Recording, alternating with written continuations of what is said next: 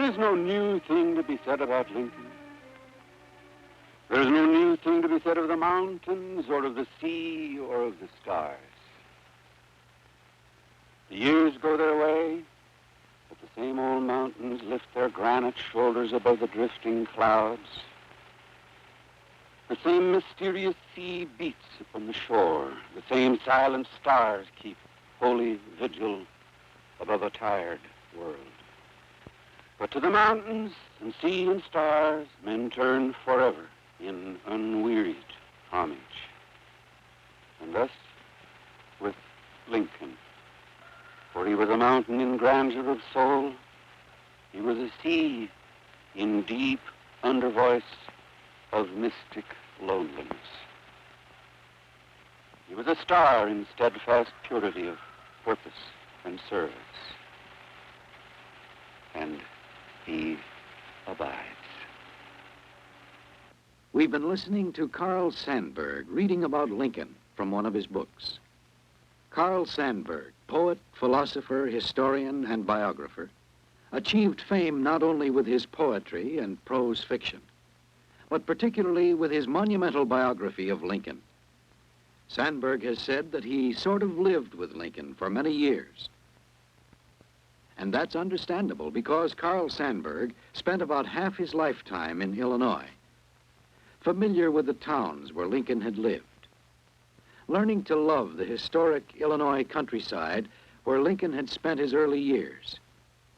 The prairie years, as Sandburg later described them in his Lincoln biography. Carl Sandburg was born in 1878 in this house in Galesburg, Illinois. 20 years earlier, in 1858, in the same town, Lincoln had spoken to 20,000 people in one of the historic Lincoln-Douglas debates. Southeast of Galesburg was New Salem, a log cabin hamlet. To this town in 1831, Lincoln, a serious book-reading young man, had come to live.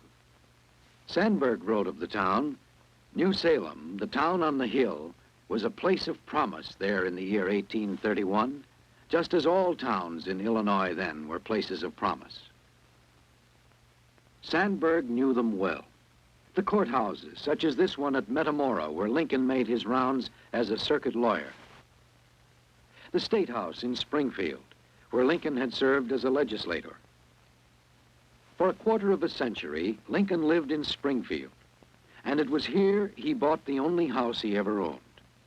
Sandburg described it, the little frame house which was the Lincoln home on the corner of 8th and Jackson Streets in Springfield was painted white with green blinds. Under the care of Mary Todd Lincoln, who was spick and span about such things, it was a clean, snug-looking place. This is another white frame house. It is the home of Carl Sandburg in Flat Rock, North Carolina, near Asheville. It was here that he wrote the Lincoln biography, for which he won the Pulitzer Prize for History in 1940. Here at the place he calls Connemara Farm, Edward R. Murrow talked to Mr. Sandburg about Mr. Lincoln. And when did you really begin to be seriously interested in Mr. Lincoln? Well, I had been nearly all of my life. Heard men talk about him when I was a boy, politicians and preachers. And, I knew that sometime I would do at least a small book on Lincoln to be titled The Life of Abraham Lincoln for Young People. And as I went through the basic Lincoln research books, why, it came over me there was something else that I was started on. And I ended up with 6 volumes and 1.5 million words on Lincoln, and I don't know yet what to make of it. But the world knew what to make of it. In 1940, the Pulitzer Prize for History was awarded to Carl Sandburg for his biography of Lincoln in 6 volumes. In 1954, the 6 volumes were rewritten as a single volume. This version was written at Connemara Farm. Carl, why did you spend so much time with Mr. Lincoln? Oh, the straight-off, simplest answer to that is because he was such good company.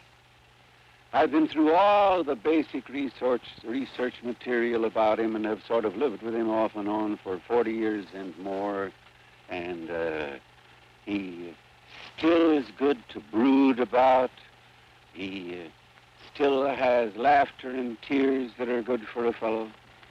He was also the first humorist to occupy the White House. The first man of humor.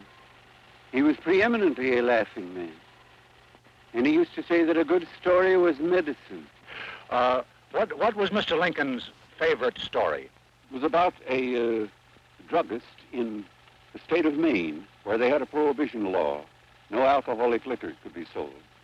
When an Irishman came in, the word among them for liquor was the creator, the creature.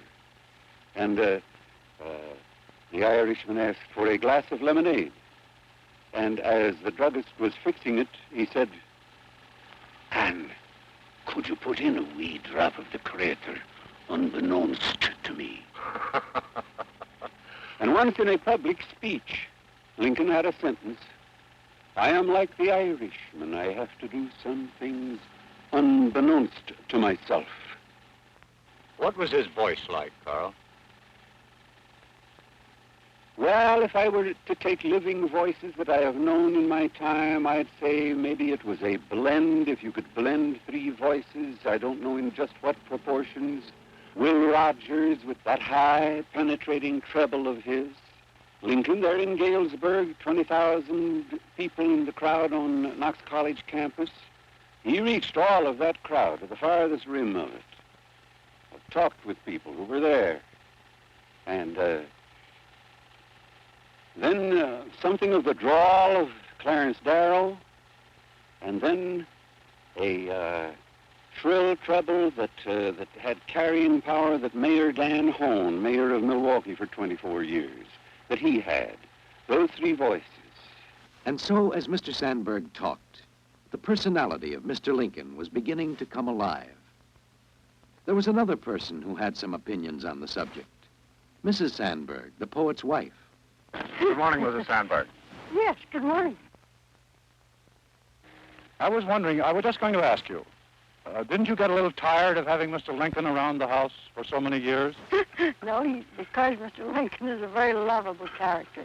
And I think Carl has grown more like Lincoln with the years. It certainly and seems more so to me. understanding. He wasn't so understanding as a young man as he is now. What's your favorite of all the books that Carl has written? That is very difficult to say because it's impossible to compare a prose work, his Lincoln, with the poetry, because I really do think that his Lincoln is a great contribution to America, to us all, because he could make Lincoln and his times live for us. It isn't because of the data, the historic data, uncovering new data and things. The big thing about it is that he makes Lincoln and his time live for us again. This was one of many contributions Mrs. Sandburg's husband made to all America. He could make Lincoln and his times live for us. The lessons of history have meaning for every generation, as Carl Sandburg reminds us. Every generation in American history has had its demagogues. Sometimes they rose to high influence, came near to having very high power. A very curious entry in John Hay's diary. One time in 1861, he was saying to Lincoln that Butler was the one man in the army that he feared could become dangerous if he had power. And Lincoln answered, as Hay wrote it in his diary, yes, Butler is like Jim Jett's brother. Jim used to say that his brother was the damnedest scoundrel that ever lived.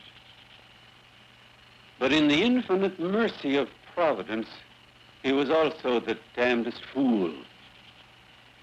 And that'll go for the demagogues of nearly every generation in American history. That's that. Well, let's sit in this chair and talk about Mr. Lincoln. I've got a copy here of this one-volume Lincoln. And in the preface, you have got some of, I think, the noblest language I have ever read. Would you read a bit of it for us? Well, there are some good lines at the end of that preface.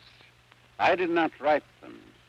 I chose them from thousands of commentaries on Lincoln that I've met in my life. These are among the most significant about why Lincoln lasts. There is no new thing to be said about Lincoln. There is no new thing to be said of the mountains or of the sea or of the stars. The years go their way, but the same old mountains lift their granite shoulders above the drifting clouds. The same mysterious sea beats upon the shore. The same silent stars keep holy vigil above a tired world. But to the mountains and sea and stars, men turn forever in unwearied homage. And thus, with Lincoln, for he was a mountain in grandeur of soul, he was a sea in deep undervoice of mystic loneliness. He was a star in steadfast purity of purpose and service. And he abides.